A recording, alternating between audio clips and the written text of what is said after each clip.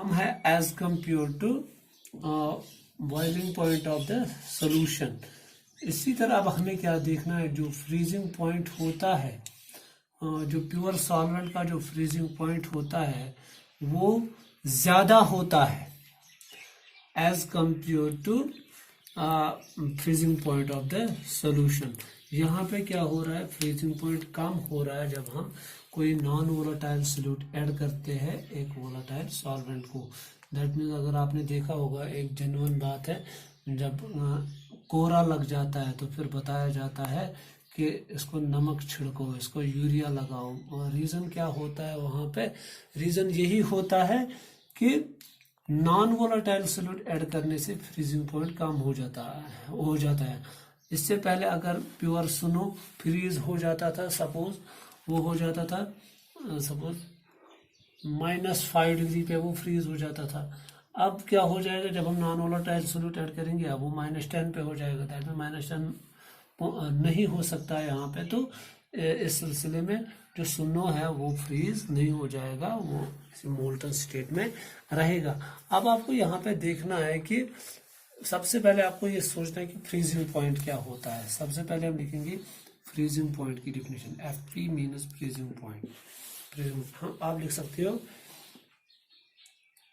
It is that temperature, it is that temperature of any substance, किसी भी substance का, of any substance at which vapor pressure of its liquid state is equal to vapor pressure of its solid state।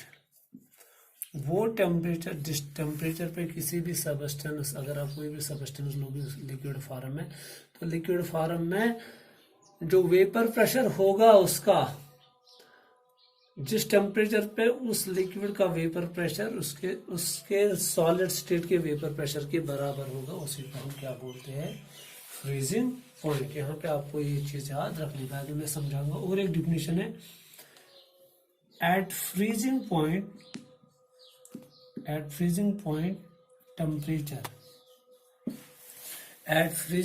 temperature, vapor pressure of solid phase of any substance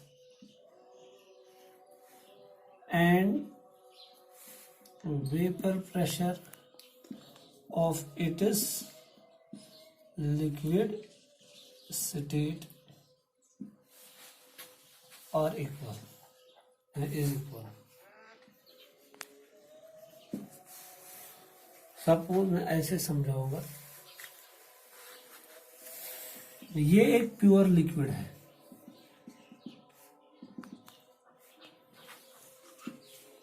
solid form में भी vapours होते हैं, और solid form में vapours कम होते हैं as compare to इसकी liquid form में।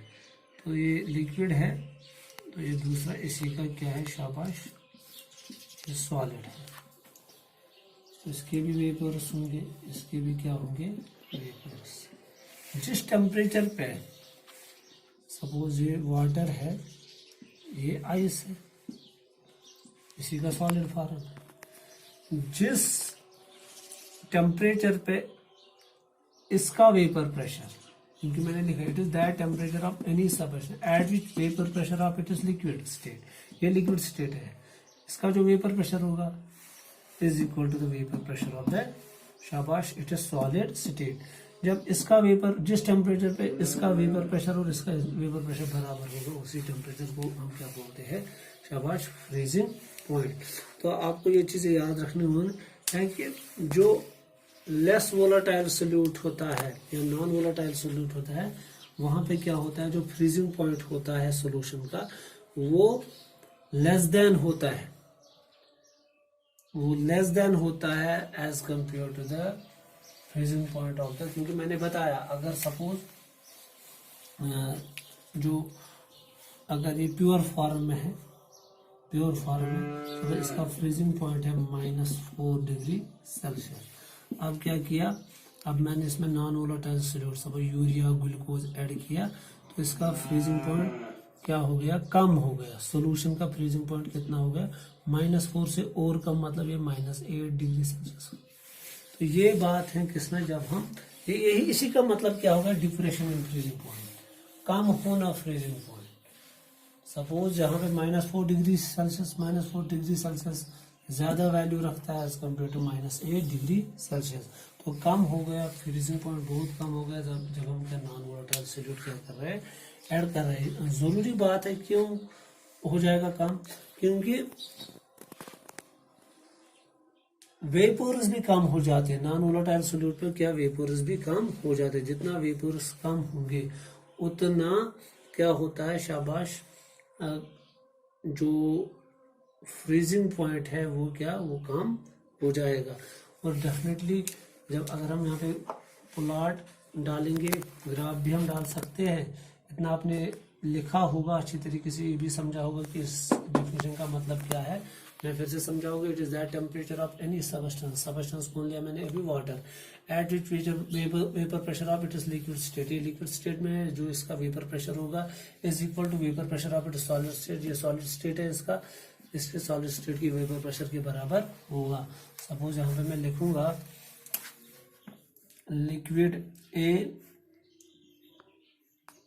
इक्विलिब्रियम, वेपर प्रेशर, और लिक्विड यही सॉलिड ए, इसका वेपर प्रेशर क्या होगा, इक्विलिब्रियम क्या होगा, तो इसी को हम क्या बोलते हैं, शाबाश, फ्रीजिंग पॉइंट। अब हम इसकी भी रिलेशन देखेंगे, बाद में इसको भी हम ग्राफ से समझेंगे, इसको भी हम ग्राफ से समझेंगे। अब अगर हम इसको ग्राफ से समझेंगे तो उसके लिए भी हमें क्या करना है, क्योंकि मैंने बताया जो प्योर फॉर्म से हम क्या लेंगे यहाँ पे, when non volatile solute is added, तो यहाँ पे अभी हम क्या लिखेंगे, जो वहां पे हम लिखते थे TF not is freezing point of pure liquid, TF is freezing point of solution. तो TF क्या होता है, लेस देन होता है, शाबाश, TF नॉट से ये हमने देखा।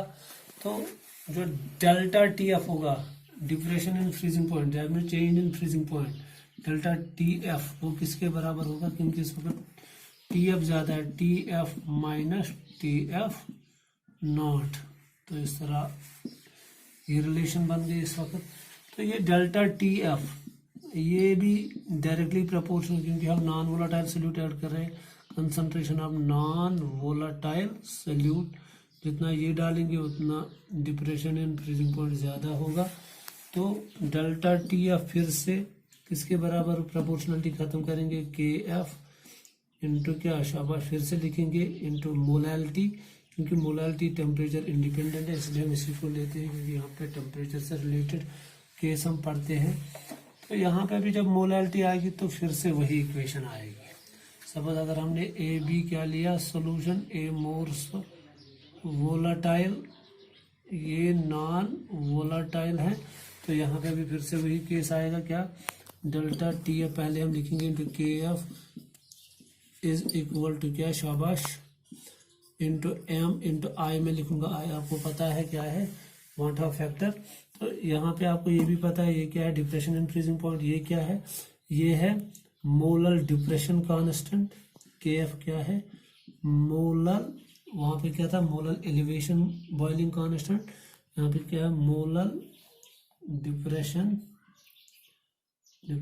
कांस्टेंट, इसको हम क्रायोस्कोपिक कांस्टेंट भी बोलते हैं, क्रायोस्कोपिक कांस्टेंट भी हम इसको बोलते हैं।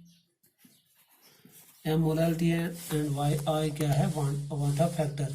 यहाँ पे फिर से आपको याद रखना है जो क्रायोस्कोपिक कांस्टेंट है या मोलर डिप्रेशन इन कांस्टेंट होता है, ये क्या होता है, ये प्रॉपर्टी होती है सॉल्वेंट की, property of solvent, property of solvent. ये सोल्यूट के साथ इसको कोई लेना देना नहीं है, सोल्यूशन के साथ कोई लेना देना नहीं है। तो अगर हम इसका भी यूनिट देखेंगे तो यूनिट मुझे लग रहा है फिर से वही सेम आएगा जो केबी का यूनिट है। और एक चीज आपको यहाँ पे याद रखनी है,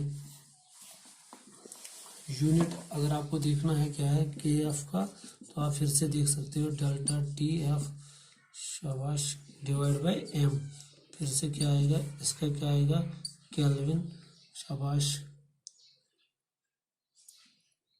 केजी मोल। तो इस तरह इसका यूनिट आएगा, क्योंकि क्वांटा फैक्टर का कोई यूनिट नहीं होता है, तो इस तरह ये इसका ऐसा यूनिट आ गया। अब और एक चीज आपको याद रखनी है यहाँ पे, जिस तरह के एफ का रिलेशन आपने देखा के एफ से delta T F divide by M, अब के एफ किसके बराबर होता है, जिस तरह आपने वहां पे देखा था आर टी बी स्क्वायर, यहाँ पे R T F square divide by शाबाश 1000 इंटू लेटेंट हीट ऑफ क्या, जिसको हम बोलते हैं फ्यूजन भी, L F, latent heat of fusion भी आप इसको लिख सकते हो। तो ये है के एफ की रिलेशन, और एक ये आप लिख सकते हो के एफ किसके बराबर होता है।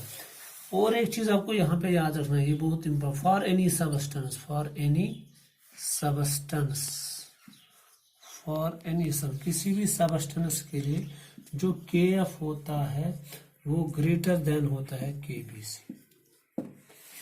फॉर एनी सबस्टेंस के एफ इज ग्रेटर देन के बी, बिकॉज, क्यों, ये भी जानना है।